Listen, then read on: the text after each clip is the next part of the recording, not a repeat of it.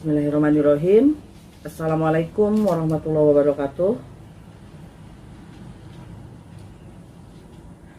Terima kasih untuk rekan media yang udah hadir, udah bergabung di join Zoom hari ini. Selamat siang, salam sejahtera dan salam rahayu buat sedulur Bayu dimanapun berada. Sebelumnya perkenalkan, saya EDJ, saya bibi sekaligus asisten pribadi almarhumah Bayu. Saya sudah mendampingi beliau selama 18 tahun. Dari awal tiba di Bandung Maret 2004 sampai akhirnya beliau meninggal pada 1 Juli 2021 yang lalu. Dalam kesempatan ini, izinkan saya untuk mengucapkan terima kasih sebesar-besarnya kepada teman, sahabat, kerabat, klien, dan orang-orang yang sayang dengan almarhumah Bayu. Terima kasih atas support, doa dan cintanya untuk almarhum semasa hidup. Kami tidak bisa membalas satu persatu, tapi semoga Allah Subhanahu wa Ta'ala memberi balasan atas kebaikan semuanya. Amin ya rabbal alamin. Sebelum ke kronologis, saya mau minta maaf baru bisa memberikan keterangan kepada publik, karena emang jujur sampai saat ini kami keluarga besar almarhumah Bayu masih berduka.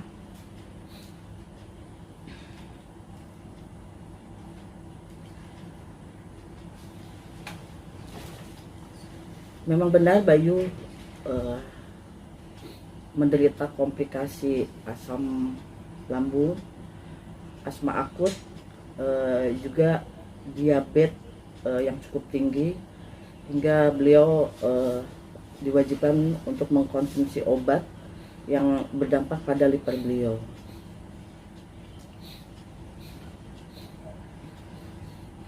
Sebelum beliau pergi meninggalkan kita semua, kami sempat ke Salatiga 10 hari lamanya. Kita melewati perjalanan darat untuk mengadakan mengenang 1 tahun almarhumah Bayu, mengenang 1 tahun ibunda dari almarhumah Bayu. Selain itu beliau melakukan ritual buat tamu-tamunya juga, dan sempat membuat beberapa konten di Salatiga juga Jogja. Sebelum kembali ke Jakarta, beliau sempat ngeluh sama saya kalau asmanya kambuh, saya sesak napas beda gitu. Saya sempat menyarankan, saya dan teman sempat menyarankan untuk periksa ke dokter daerah setempat, tapi beliau bilang dokter yang tahu riwayat penyakit saya ada di Jakarta. Sesimpel itu beliau menjawab yang kita anjurkan. Sesampainya di Jakarta, kondisi beliau memang tidak berubah, masih tetap seperti keadaan waktu di Jawa, malah makin parah. Dan saya berpikir kalau beliau itu karena emang kecapean, karena kegiatannya yang tidak ada hentinya waktu itu. Dan kami ataupun saya selalu berpikir mungkin waktu itu beliau itu emang benar-benar kondisinya sangat amat lelah waktu itu. Dan beliau pun tetap ngeluhnya itu di sesak napas. Beliau sempat yang saya sakit beda, saya nggak tahan gitu.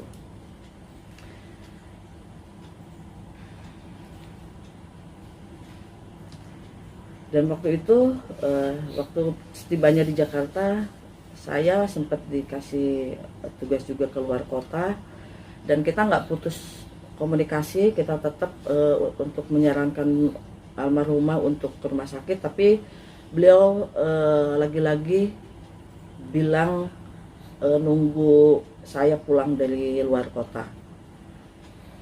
Begitu sampai di Jakarta, karena beliau sebelumnya udah menanyakan alat uap yang biasa saya kasih, dan saya sampai di Jakarta saya langsung kasih uap, tapi ternyata tidak membantu juga. Padahal sebelumnya kalau misalkan saya kasih uap, beliau tuh udah agak mendingan, tapi di saat itu beliau emang bener-bener yang kayak udah kayak bener-bener kesakitan banget gitu.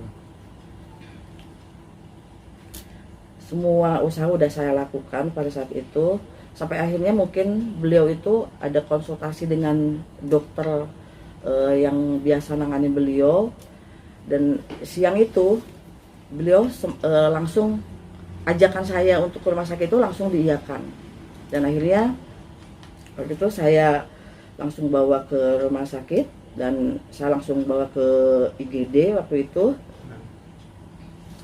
Karena kondisi di rumah sakit tersebut penuh karena banyaknya pasien COVID di rumah sakit tersebut, akhirnya kami menunggu untuk antrian pada saat itu sampai pukul 1 dini hari kami belum dapat antrian, dan saya pribadi sempat yang marah banget karena lihat kondisi ponakan saya saat itu benar-benar membutuhkan pertolongan gitu loh. Setelah saya marah di rumah sakit tersebut, akhirnya salah satu dokter jaga dan perawat di situ menyarankan untuk tes semuanya, cek sampai rongsen dan lain sebagainya. Dan sebelum kita mendapatkan hasil itu, kita karena Mbak Yu emang bener-bener udah capek waktu itu, Mbak Yu dia tetap kekeh minta ke dokter itu untuk pulang, karena memang kondisinya waktu itu emang sangat amat lelah banget. Mungkin beliau pengen istirahat gitu. Sampai di rumah malam itu beliau sempat minta dimandikan, karena emang seperti biasa, jadi kebiasaan beliau kalau dari mana-mana pasti mau semalam apapun beliau selalu mandi. Dan waktu malam itu beliau minta dimandikan sama saya. Saya sempat yang saya bilang kalau nggak mandi gimana, karena kan kalau misalkan beliau mandi itu pasti seseknya tuh kayak kepacu gitu.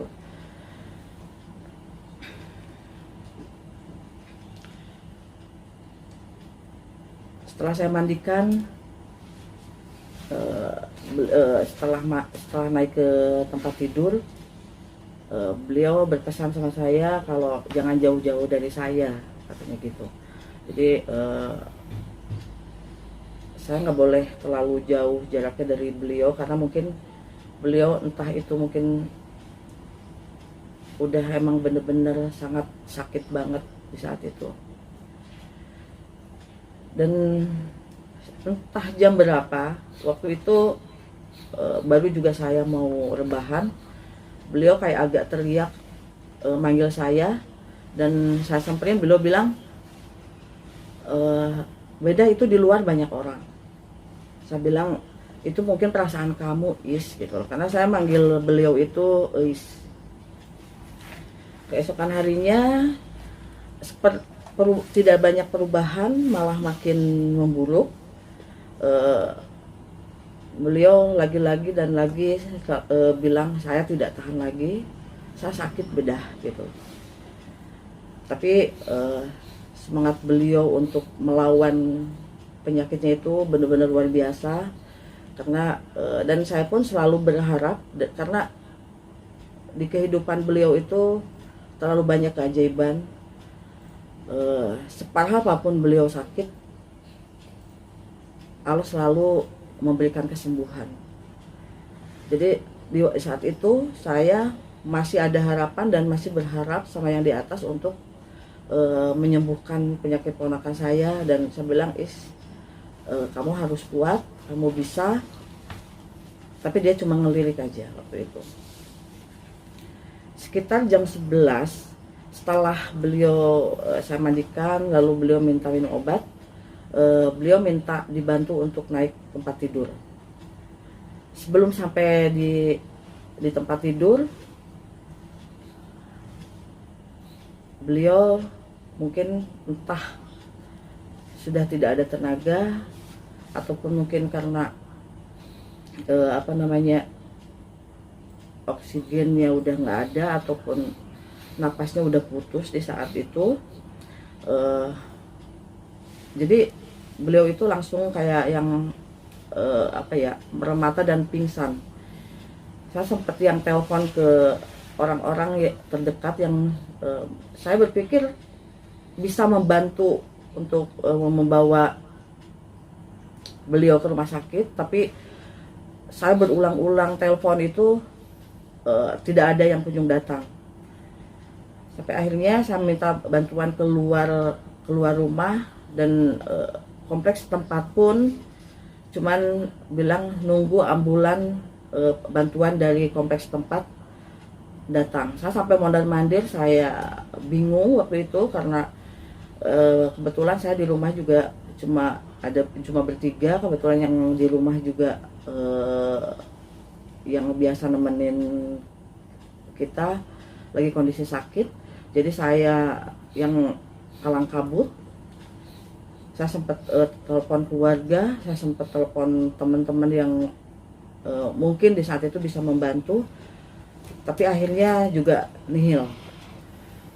Akhirnya datang ambulan yang dari kompleks tempat, dicek saturasi oksigen, itu juga udah nggak ada. Saya sempat telepon ke ambulan yang ada di yang rumah sakit terdekat, tapi semuanya penuh. Dan akhirnya saya benar-benar pasrah waktu itu. Saya sempat ngasih napas buatan juga dan nggak bisa juga, dan hingga pada jam 11:45 pada Indonesia, waktu Indonesia bagian Barat, tanggal 1 Juli 2021, beliau pergi.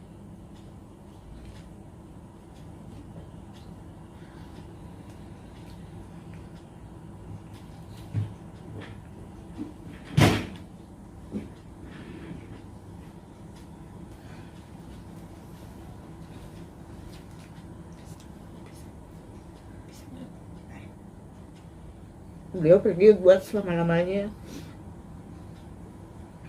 dan kondisi itu pastikan kembali saya bawa ke rumah sakit terdekat bahwa beliau memang sudah meninggal dunia. Jadi untuk pemberitaan yang di luar sana yang mengatakan beliau itu jatuh atau beliau itu kena COVID, semuanya tidak benar. Jadi saya tegaskan kembali di sini bahwa Mbak Yu tidak jatuh, beliau meninggal karena kehabisan oksigen karena asmanya. Jadi untuk berita yang beredar di luaran itu sepenuhnya tidak benar. Sampai saat ini kita keluarga, terutama saya yang waktu meninggal ada bersama beliau. Seandainya waktu itu saya mendapatkan bantuan, mungkin ponakan saya masih berada di tengah-tengah kita. Tapi Allah lebih sayang sama beliau. Saya sudah maksimal untuk bantu beliau.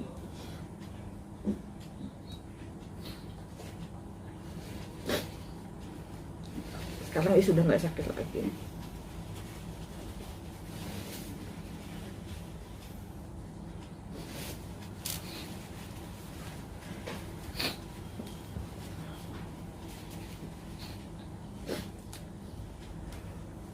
Kalau untuk firasat,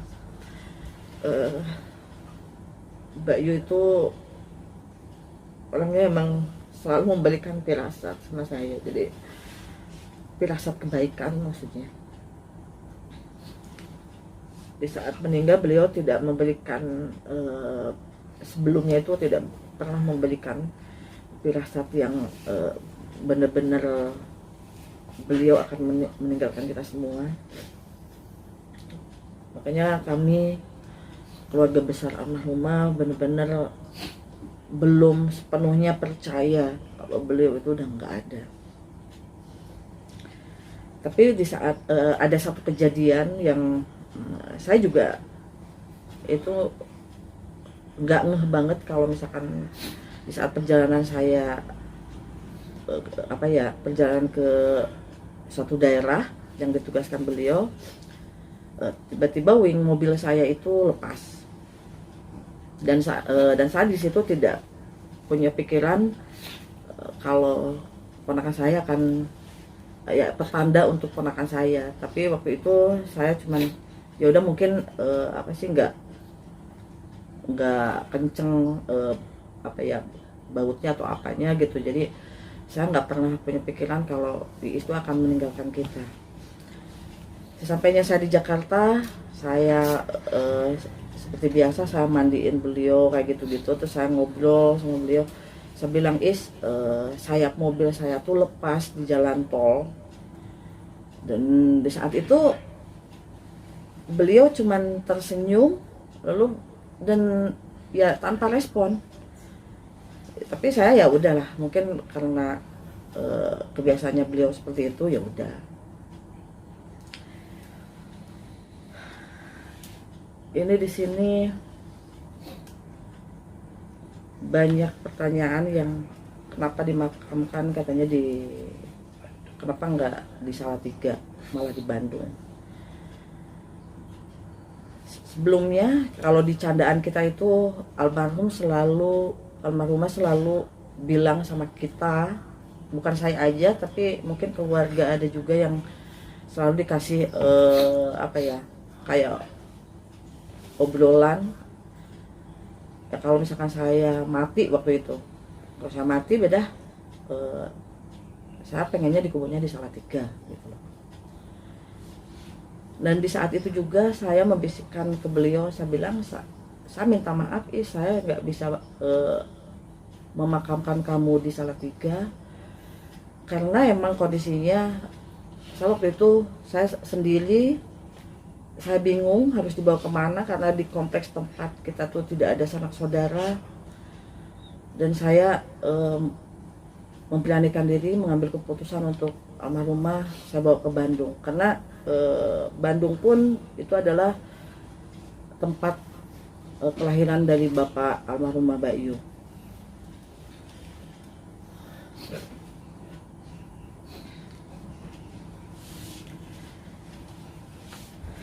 Nah, untuk maksud saya berbicara di sini, banyak akun media yang ataupun konten-konten di YouTube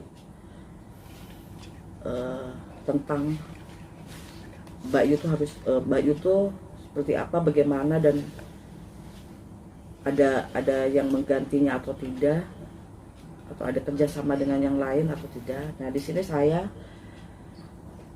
berbicara di sini, saya pengen meluruskan berita tentang kepergian Mbak Yu dan ingin menegaskan bahwa Mbak Yu tidak memiliki murid, tidak menurunkan ilmu ke siapapun, tidak membuka cabang selain di Bandung dan Bintaro. Bahkan beliau tidak pernah menjalin kerjasama dengan pihak manapun. Kenapa hal ini perlu saya luruskan? Karena saya tidak ingin ada orang-orang yang tidak bertanggung jawab memanfaatkan kondisi ini, dan mungkin apabila ini sudah terjadi itu di luar tanggung jawab kami sebagai manajemen dari Mbak Yu. Untuk JNK, selepas kepergian almarhumah Mbak Yu, PT Japanaga Kreatif yang beliau rintis dari 2015 kami akan tetap berjalan. Kami akan tetap mengembangkan ini sesuai dengan amanah beliau. JNK harus tetap maju. Saya selaku komisaris kedua di perusahaan akan berupaya sekuat tenaga agar PT JNK ini yang dibangun beliau terus berkembang. Justru dan ini juga karena support dan semangat dari tim juga. Terima kasih untuk tim JNK. Sebelum beliau membangun YouTube channel, JNK pernah terlibat dalam cukup banyak event juga. Salah satunya konser piano tunggal pianis muda Jonathan Kuo pertama dan kedua. Selain itu, kami juga sebagai media konsultan.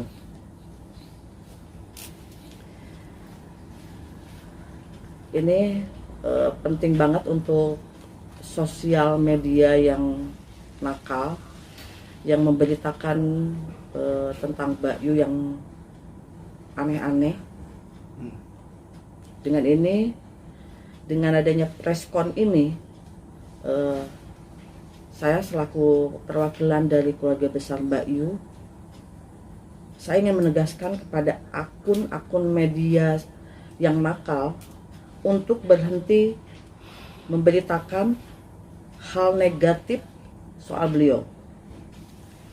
Ya, secara kode etik memang sudah melanggar batas privasi yang membuat tidak nyaman bagi kami keluarga untuk mendengar dan melihatnya. Untuk sedulur Bayu, untuk akun-akun media nakal yang udah memberitakan Bayu yang aneh-aneh, ikhlas tidak ikhlas, Bayu sudah tenang di sana. Mari kita doakan beliau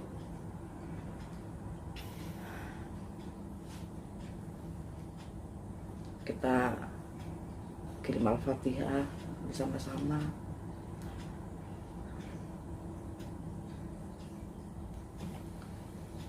Karena beliau,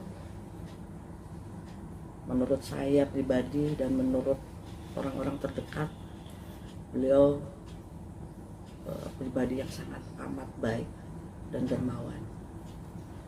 Jadi kalau ada pemberitaan yang tidak pantas, kami sebagai keluarga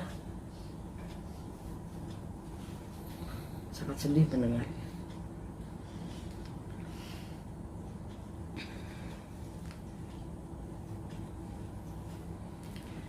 Dan terakhir, saya mewakili keluarga besar almarhumah Bayu, keluarga Bandung dan keluarga Jakarta, memohon maaf yang sebesar-besarnya apabila Bayu semasa hidupnya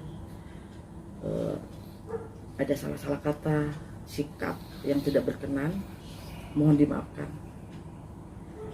Terima kasih atas perhatiannya. Semoga kita tetap sehat dan salam rahayu. Wassalamualaikum warahmatullahi wabarakatuh.